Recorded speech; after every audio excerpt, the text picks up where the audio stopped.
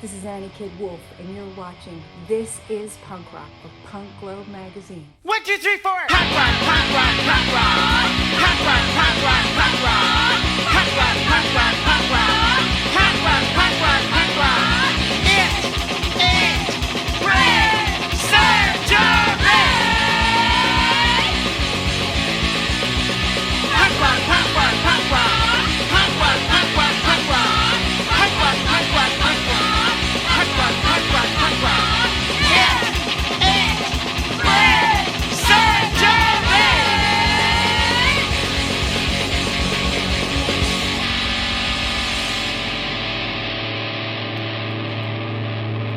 1, 2, 3, 4.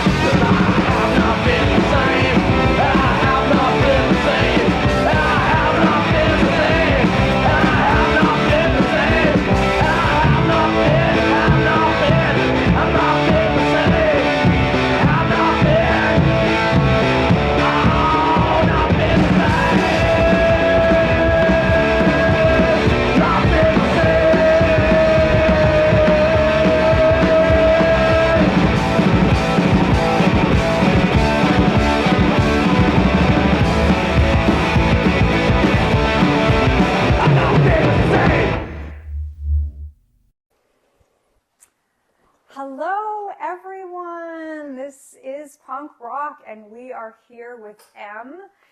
This person is amazing. One of my favorite Vancouver filmmakers and music video creators, musicians from way back. Thank you so much for being back. Way back. Yeah, we're not going to talk about how far back. I guess we're not. It's going to be hard to avoid that, though, isn't it? That's okay. That's okay. This is wonderful. Thank you so much for being here or letting me into your beautiful home. Well, thank you for coming, Annie. It's nice to see you. You too. You too. So I would love to chat with you about punk rock and the meaning of punk rock to you and what you feel you can, how it's changed your life. So basically, let's start out with the first time you heard punk rock. It's funny, when I was a kid, I lived in a little kind of farm town down the road 100 miles called Chilliwack, and my girlfriend at the time, or one of my girlfriends, was a girl called Nancy, and her brother was in the Subhumans. Her brother was Mike Normal. Oh, wow. So I was in grade, in this rural place, and he would come into Vancouver and play Subhuman shows with Wimpy and the gang. So that was one of my first exposures. And then my friend Ed gave me the DOA record, Something Better Change, right? I mean, I was always a bit of an anti-authoritarian. I guess I still am, but anyway. And that record really, inspired me to get more into punk rock. And of course, I love the Sex Pistols. I'd been over to England. My cousins in England all lived in Huddersfield, right, which was where the Sex Pistols kind of played their last show and did a big Christmas party. And so one of my cousins had been involved with this Sex Pistols Christmas party and for the kids in Huddersfield, which really helped to turn around the idea of the Sex Pistols. I mean, prior to that, they were getting a lot of really, really, really negative press. They were really banned everywhere. They couldn't play shows, and the sentiment in England was that people wanted to kill the Sex Pistols, but the old conservatives did anyway, right? Wow. But so yeah, those three exposures, That's the cool. So Subhumans. when you first heard punk rock, or when you were first exposed to it, what did you feel? Like, how did it make you feel? Did it feel like kind of a familiar thing? Did it feel like you were home? How did that affect you? I loved it because it was like the alternative to punk rock was maybe very slick commercial rock at the time, and that would, in Vancouver, that would be stuff like Trooper and the band Chilliwack, and there were all these bands run by a guy called Bruce Allen, and they were very talented. Loverboy. My brother-in-law was in a band called Prism at the time, so even when I was in grade, as a 16-year-old kid, I'd get to go to these sort of stadium shows with my brother-in-law in his Cadillac and, go backstage in the coliseums and arenas that they played in, because they were a big band, Prism. Mm-hmm. And basically, so I got all this exposure to commercial rock. At the time, if you went to a nightclub, generally you'd be looking at a top 40 band playing covers, right? So there was tons of these super slick, really talented bands with the best musicians that they could find playing metal covers, whatever it was, top 40 covers in the bars for the people. And that got kind of tiring too, because, I want to see something different. I didn't really want to see some, hairsprayed kind of people playing what I'd been forced to listen to on the radio. So punk rock for me, it was like, oh, you can do this yourself, right? And when I came into Vancouver, I went to art school at Emily Carr and met a whole bunch of, artists that were just doing whatever they wanted to do. Brain Eater, I ended up moving in my first year at art school. My friend Dan invited me to live with Brain Eater, who was like a total do-it-yourself, avant-garde artist of the highest caliber. You can look him up online, because Jim Brain Eater, or Brain Eater, is a really incredible Vancouver talent. He's a painter and a musician and a Renaissance man, and yes, he's incredible. Amazing. So Jim, I was so lucky. We're covered in Brain Eater art in this house. Yeah, it's I'm a amazing. big collector of his work. That's wonderful. Very big supporter. Like, you're definitely a supporter of musicians and artists. I love that about you. Some of the videos that you've done for people in Vancouver have been like the Away and the Real Mackenzies, and we're talking about Devin Townsend and so many. And you're creative. How creative you are is mind-blowing to me, watching you over the years. And everyone had so much respect for you while you were creating some of these incredible things. All of a sudden I was like, wow, what an amazing video. And we were talking about cameras earlier and how you started out, 16 millimeter, 8 millimeter, all that kind of stuff, right? So when you went to art school and you got right into art with the artists and the do-it-yourself, when you got into filmmaking,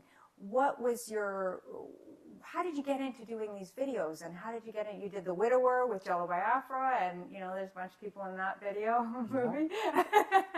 And The Widower with The Jello Widower. Biafra and Annie. Yeah, Annie in the opening scene. It's fantastic. Short little minute. Yeah. But yeah, so tell me about how punk rock inspired you into filmmaking and into making videos. Well, one of my partners at the time, and a long-term partner, Nicole Steen, managed the band Slow. Her name was at the time Little Miss Management, which I thought was quite funny. And very cute. She booked a lot of shows for Slow, and I don't know what I did with those. Oh, we're going to show those in a bit. And we'll go over to the studio. Slow were on Zulu Records, and they needed a music video, and I was at a film program at Emily Carr, and we had access to some equipment and some editing facilities, and so they asked me if I would make a music video for Slow, and I said, sure, that sounds fun. And I made that. That was my first music video back in 1985. So, wow, that's a way back. And is that at Zulu Records? That was the one for Zulu Records. And was it in the record store? Was that the no? one? We filmed the Slow video for Have Not Been the Same in a warehouse that was owned by Al Benjamin, and it was a movie props warehouse. The time he was building the octopuses for the West Edmonton Mall submarine ride. So, if on the other side of Slow, if you were actually in that studio, the direction we were filming, you could see Slow, but if you turned the cameras around, there was like this giant rubber octopus, almost like something out of Ed Wood. Remember the octopus scenes in Ed Wood? So that thing was there. I was just talking to Ginger Coyote about Ed Wood, and we were talking about how life right now is like an Ed Wood movie. Ed Wood has just always been an inspiration for me. So much so that actually here we have the right night, at hand. Ecstasy at hand, because what a I mean, inspiring, a punk rock kind of movie director in that Ed didn't want to work in the studio system. He wanted to make his own wacky movies, and he would like get an old camera and shoot stuff 1-to-1. And I tell you, film stock, when we were making films on 16 millimeter, your raw film stock, let's say you're making a music video, you usually shoot about an hour of film or 40 minutes of film. That film stock would cost $3,000 for back then. Yeah, back then, which is about $6,000 now. So that would be to buy the film stock and to process that film stock with the chemicals, and then to transfer that film stock to video. Would cost us, $3,000 an hour for a 16 millimeter, $6,000 an hour for 35 millimeter, and video didn't look good enough for me at the time. So I really stuck with the film stuff because I wanted everything we made to have some future-proof it a little bit, and film resolution is much greater than old blurry video. So a lot of these videos we made back in the 80s, if we had shot them on video, they wouldn't have looked as good. But, No, I still... You did some great stuff. So when you also are a musician, so can you tell me about how you transitioned into being a musician and being a filmmaker, and how they went hand in hand for you? Yeah, I just always liked music, and that's one of the cool things about punk rock, right? Is that I had an dirty old bass, and you can pull it out and you can play an E, right? Like an E. I can play one note. I can actually play at the beginning. I could play 3 notes, an E, an A, and a D, or whatever, and make a simple little song. Play the root notes on the bass, and hopefully your guitar player can play a few more than 3 notes. But as a bass player, for me, it was just like total do-it-yourself, right?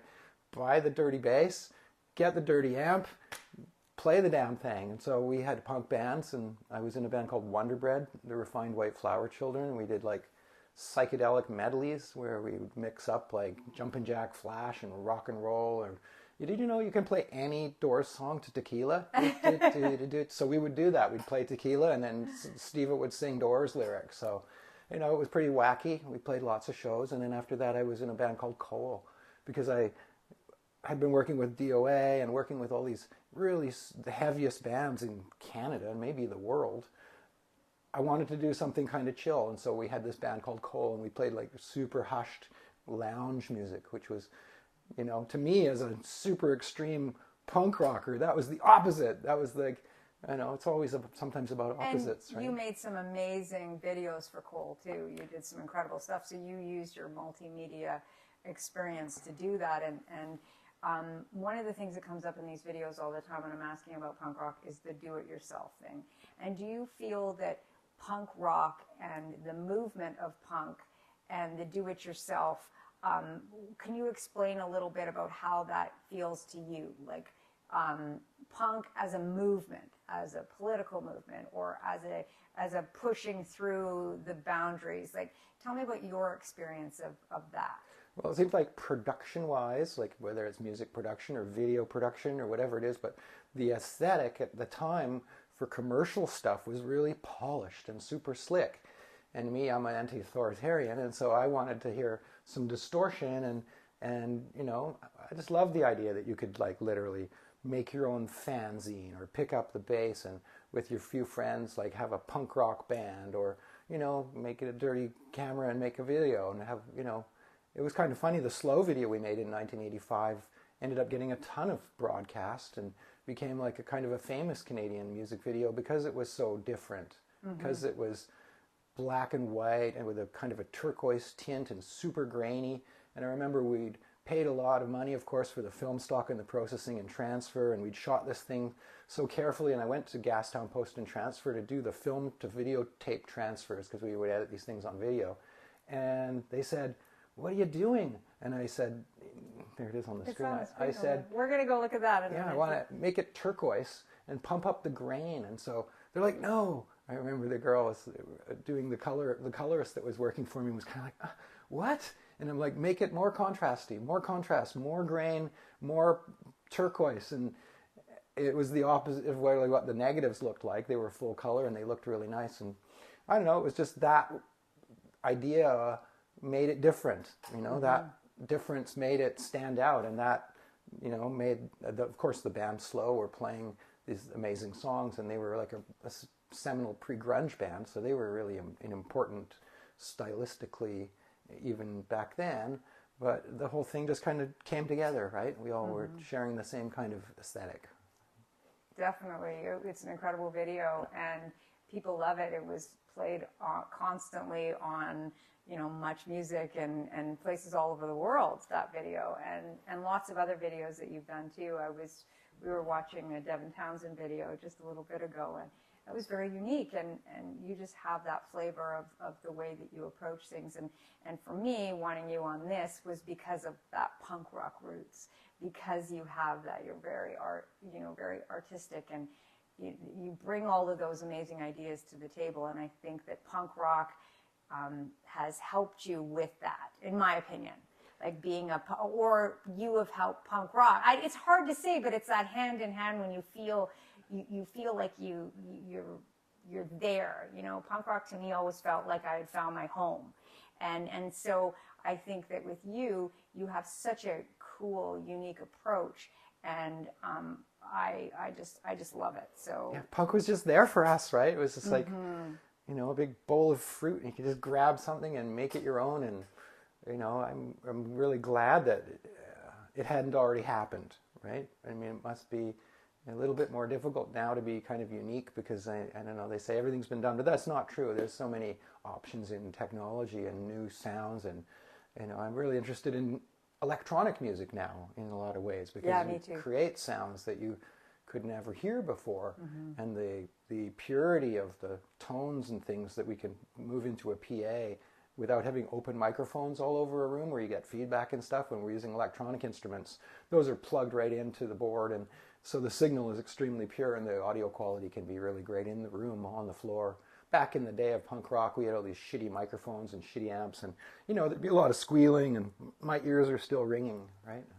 And yeah, I think that that's a great thing to hit on too, is that, you know, that now the combination of like electronic and industrial and metal and punk and all these different levels, and we're kind of, as artists, we love to create and not be so pigeonholed into a certain kind of, you know, genre. And I think that that's very much with me, with you, with your filmmaking, is you do that. You bring in all kinds of really cool elements into your filmmaking and into your videos, and I love it. Basically, I think we're going to go and take a look at some cameras that M has and some videos. So stay tuned. Yeah, we'll get some props. Yay!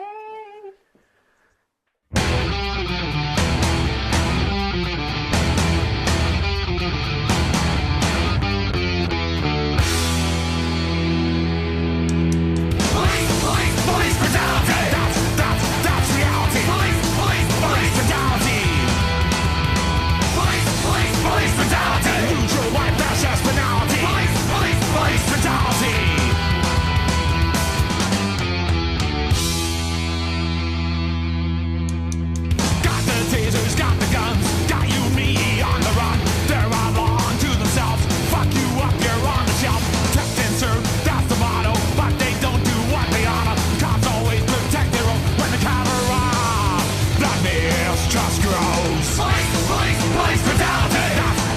That's reality. Police brutality. Police brutality. Lose your life, that's just finality. Police brutality.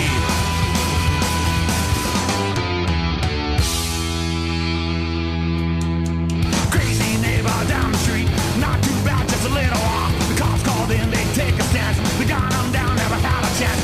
Local kids, they pull some shit. The cops react and have a fit. The people are pissed, seen this before. When they fight back, it's like a war. Police brutality.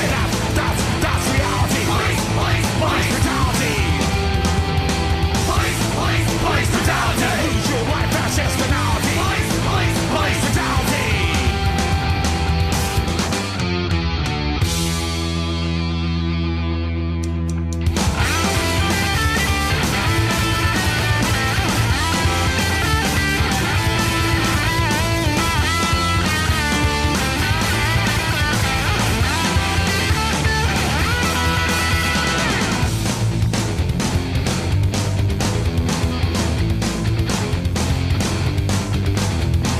Summer not too much heat. Tensions high on the street. Rebels pull up and show force. Kick people around with no remorse. Bear get ready, it's bound to blow. It's always our ride that's ready to go. We can only take so much before we call their bluff. Police brutality. That's reality. Police brutality. Police brutality. Lose your life, that's just finality. Police brutality. That's reality. That's reality. That's reality. That's reality.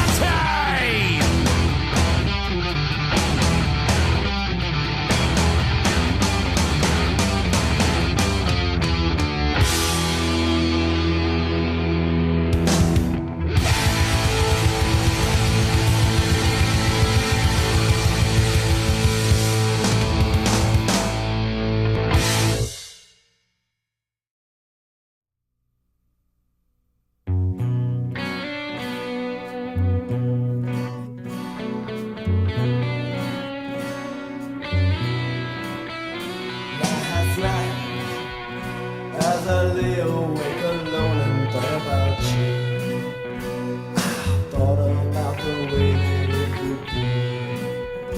2 o'clock, wondering what it is I'm doing here without you, and wishing that you were here with me.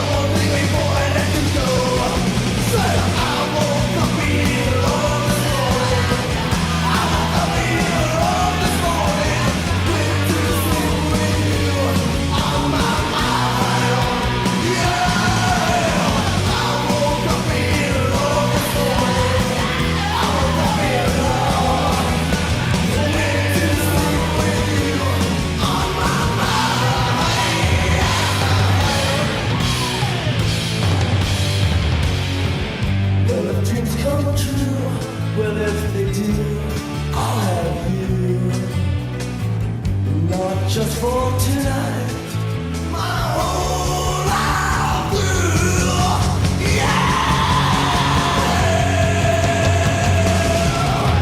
I woke up in love this morning.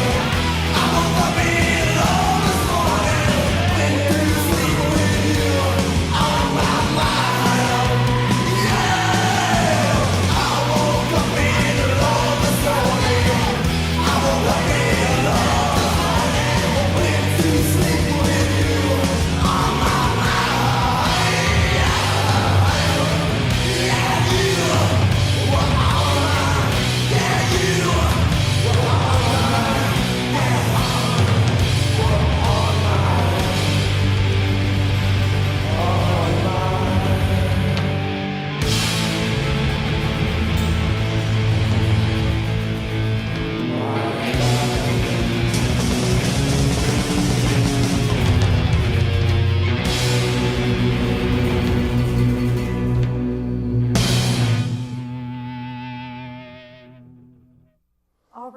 here we are. Thank you again. You're going to show us some camera stuff and this cool bass. Tell me a bit about this bass, actually, first. Yeah, grab it. Hand that thing over.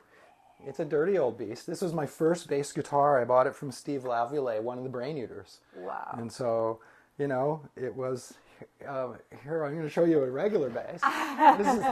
This is the kind of bass you'd play if you were in Loverboy. You know, if you were in Loverboy, you'd have a really nice bass like this, all polished and, you know, perfect looking. But if you were a punk rocker, and this was $1,000, and then if you were a punk rocker, you could get a cool, much cooler looking bass like this for like $50. I think I paid $100 for this bass. And yeah, this is like a piece of punk rock history, this bass, because Kill City was one of Vancouver's really early punk rock bands. So yeah, I was really lucky to get it. I saw a t-shirt, a Kill City t-shirt, and they were, you know, someone was trying to sell it for $600. Wow. So I thought, wow, the bass must be like much more interesting than that. So anyway, there it is. It's there you go. Yeah, of course.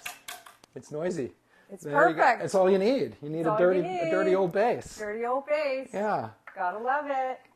And Perfect.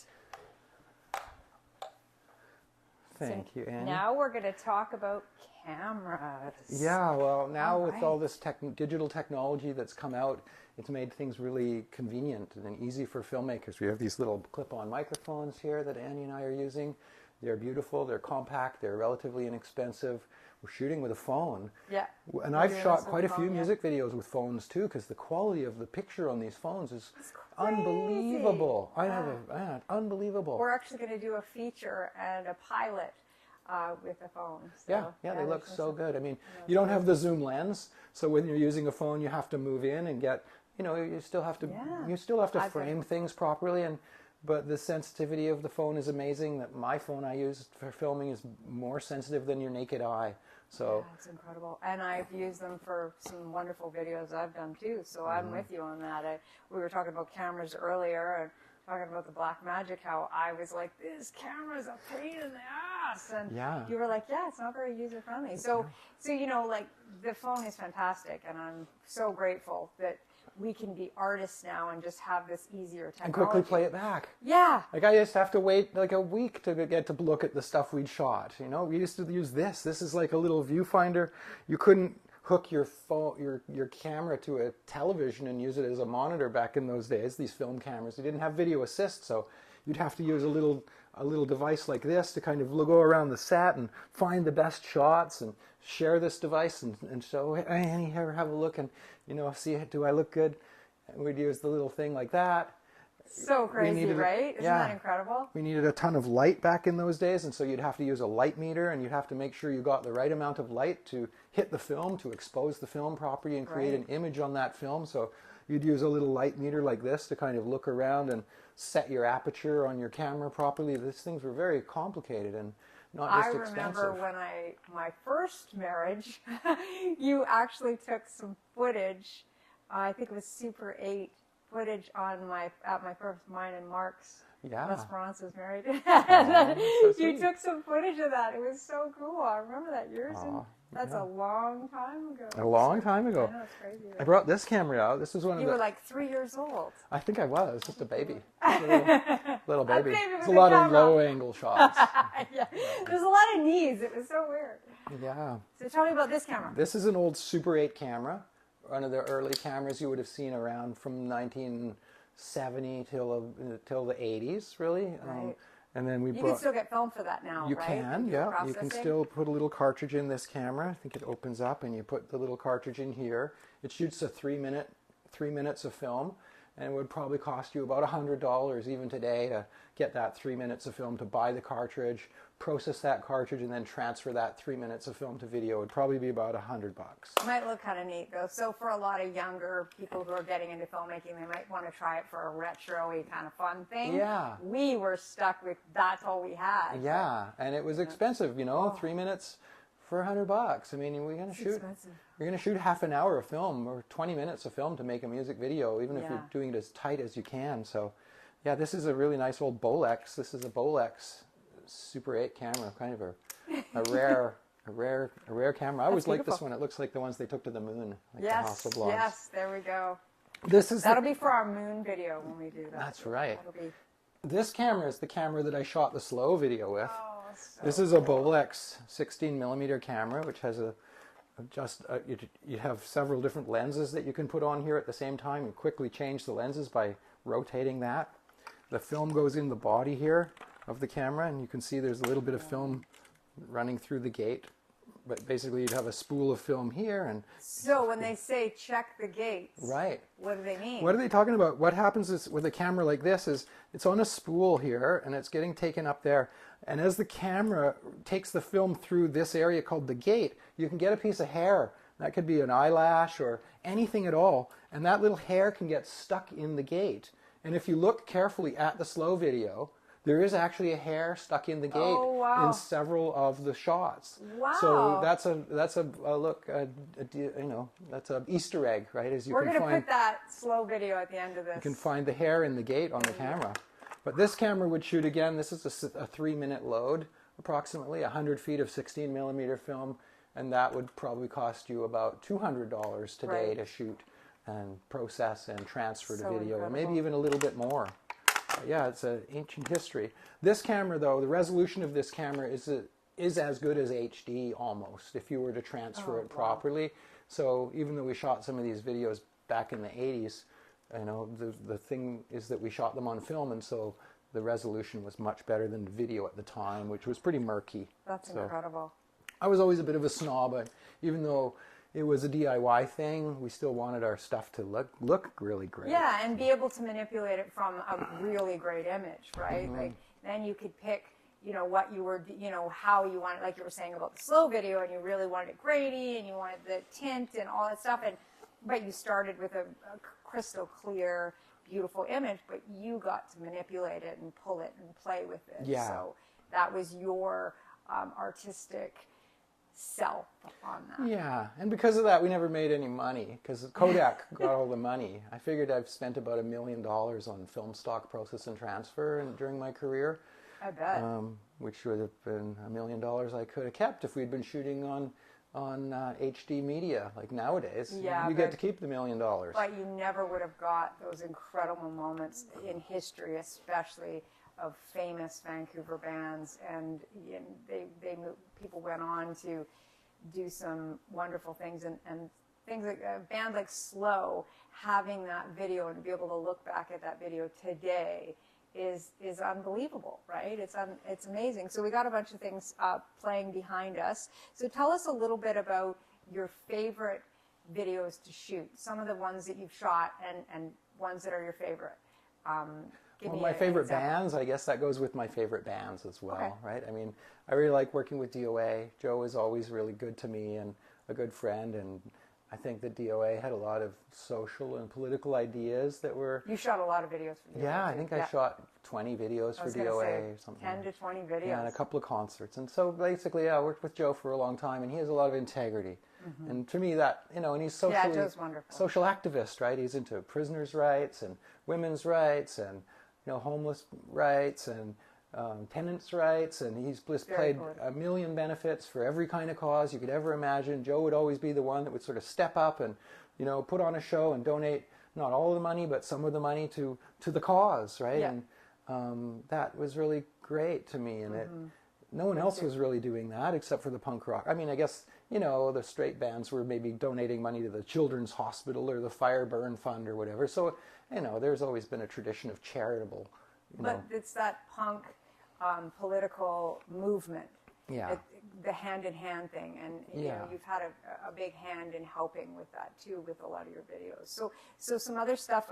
So tell me a little bit more of videos that you loved. You loved making, and for whatever reason, maybe there was a texture that you used or something that a subject that you liked to shoot. Like, give me I some just more found examples. like loud music, loud, fast music to me was kind of like a drug, and I love it. And I love being around it, and the scene at the time was unbelievable. There was probably 20 venues in Vancouver, or maybe, you know, where you could go and play.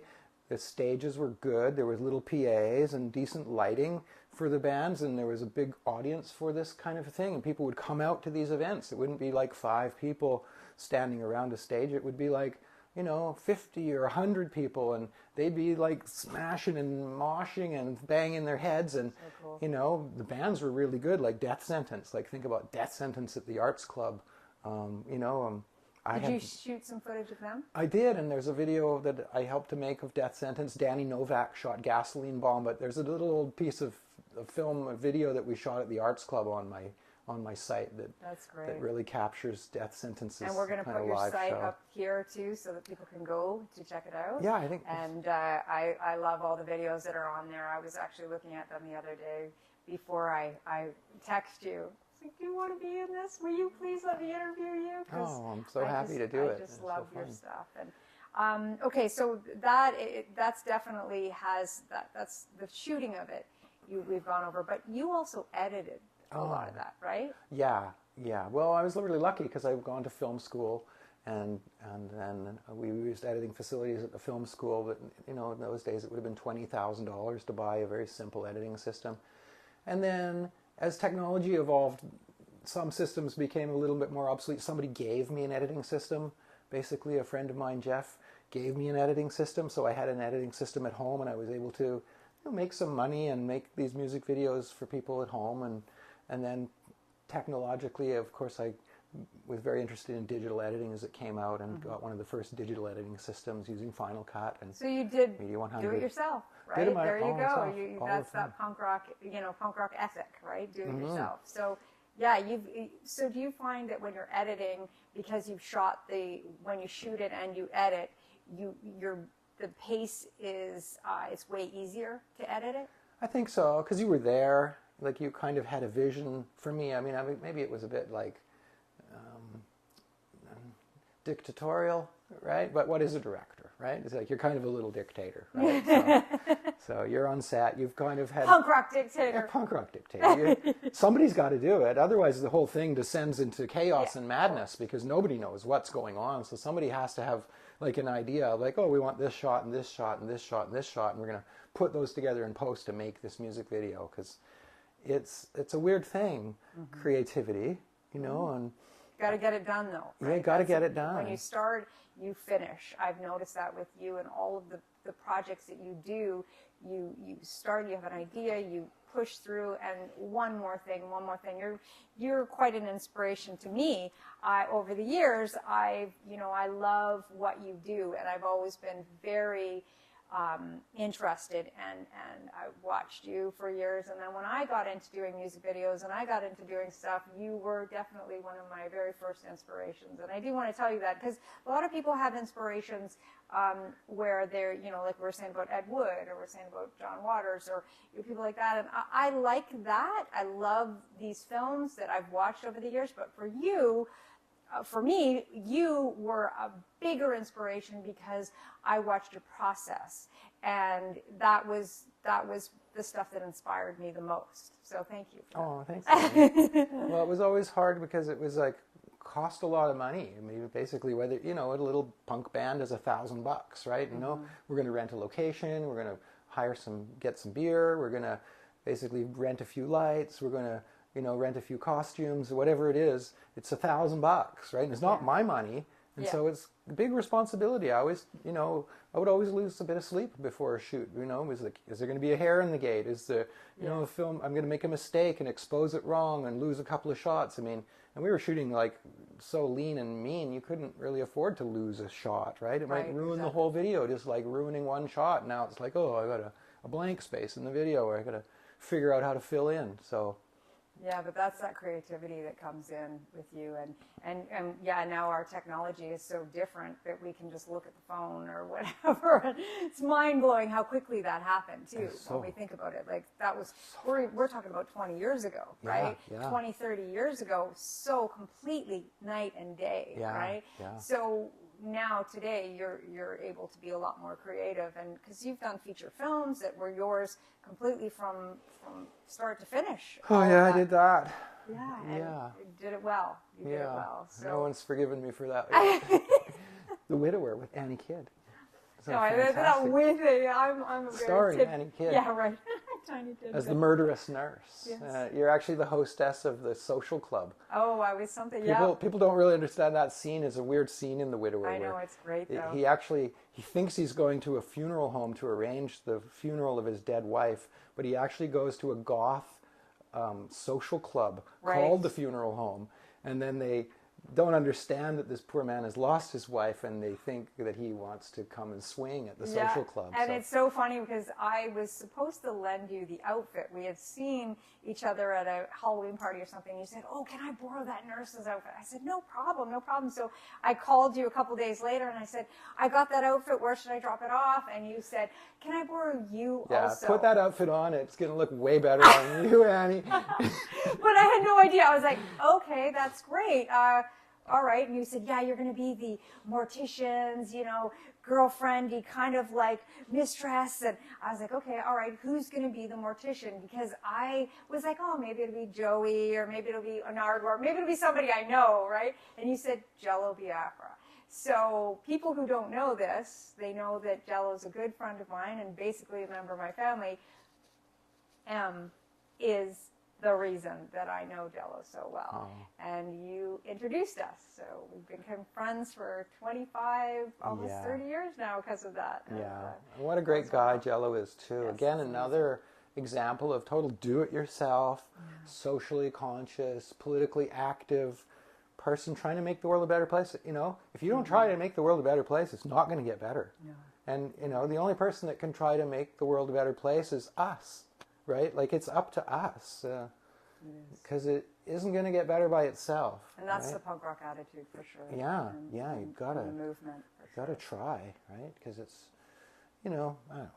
Yeah, that's the way. The world is a crazy place right now too. So the art is so important. And thank you, Em. It was so lovely to see you, But my gorgeous friend. one more DIY. No, we're gonna go and show everybody this up close. Okay. You also wrote a book too. Oh yeah, I did. I wrote a book about technology, about the artificial intelligence emerging, and I believe, in a sense, I know it's weird to say, but we're a evolutionary stepping stone towards this digital intelligence that we'll probably kill ourselves off, and this cybernetic intelligence will become a life form of its own. And maybe that's our destiny as human beings, is we're going to just screw everything up and poison the planet. But the AI, well, it seems that way. Yeah. For sure. Well, this is great. But this is a utopian story. Most AI stories are very dystopian, like Terminator, Skynet, and so on. This is I wanted to be an optimist. I'm an optimist. So it was important to try to create a story that was positive, and that's wonderful. it's I'm all gonna about get this book. symbiosis, a cybernetic symbiosis or a cyberbiosis, a relationship between us and AI, because I don't think we'd share the same needs. The I was AI. going to say that needs and wants. It's not corruptible. You can't bribe an AI. It's not interested in food. It's not interested in drinks. It's not interested in cocaine. It isn't nepotistic. It has no relatives and no siblings, and so it can be purely objective. So I really believe that a good properly constructed artificial intelligence would be logical enough to survive in symbiosis with us. So anyway, that's wonderful. Yeah, and it's called The Truth Virus. it's called The Truth Virus.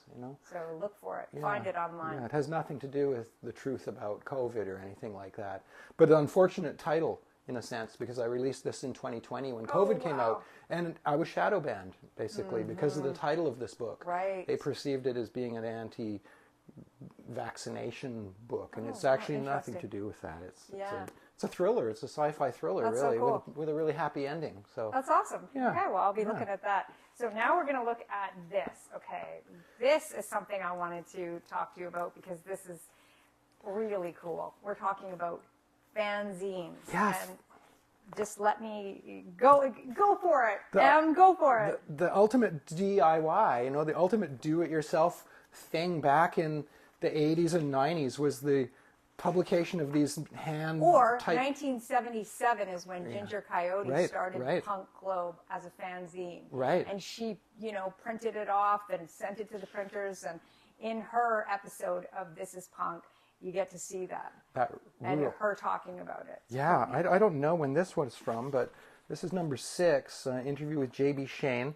So basically, yeah, people would type these up on their little typewriters. And this is a Vancouver one. And this is a Vancouver one, and they'd go out and see a few shows and write some reviews and, you know, put out this little punk rock fanzine with a bunch of articles and interviews. This one's all cut up a bit, but there we are in the back. You can see there's a little ad for the Payolas. Payolas, Paul Hyde's band. Paul Hyde's early band. Yeah, he's in our punk, This Is Punk interviews also. So this kind of thing was really inspiring, is that we could be the media, right? Like you could suddenly kind of be the media, and you could become, you know, influential in a sense, right? By making a music video or making a fanzine or being in a punk rock band or, you know, being an artist and just creating and getting stuff out there.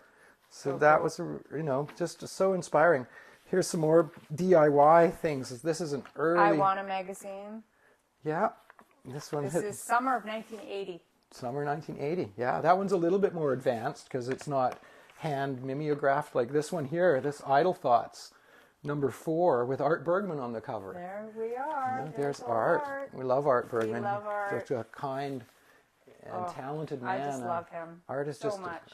A fantastic spirit. Here's a DIY, another DIY example, and these are original posters for Slow, the punk band Slow, and you can see that the letters have all just been cut out of newspapers and glued down on this piece of paper. And that's what we had to do back then. We had to cut out letters. And then, like ransom notes. And then there's the copy of it. You know, you then photocopy that onto red paper, like that. And this is the original poster for these shows. So wonderful. Hand textured, handwritten. Here's another one of those, right? Which I think they're really cool little pieces of memorabilia. I'm probably going to frame those up because they're... Yeah, definitely. There's the copy of the Metro, the famous Metro gig where Slow got... And I wonder what year that was. February 3rd. Yeah, I imagine this was probably 1985. Probably about 1985. Oh, actually, let's see, there's a letter. 41 years ago. Does it have a date on it? Yeah, this letter was February 10th, 1986. This is a letter from the manager complaining to the management of the nightclub that shut them down because they were too loud and there was a big fuss. And they never got paid. They never got paid, and they actually took Tom. I remember they took Tom and they locked him in the closet upstairs after they shut off the PA because the people started to riot, and so they whisked Tom out of there and they locked him in a room upstairs, which was pretty funny. I would have locked him up too if I was them. Anyway, so yeah, that's wonderful. This is you know the root of the DIY thing were these fanzines in a lot of ways, and these punk rock posters made by hand, and you know, so great. Whatever you could do just to make your own. It's so awesome that you have this piece of history. You've kept it and held on to it, and yeah, thank you again for being here and showing us your world and thank you so much. Showing us some of these amazing videos that are going behind us, and we'll be putting some of those in the interview also. So thank you, Em. Awesome, Annie. Thank you so much. So good to see you. So good to see you too. Thanks for having me. And thanks for watching.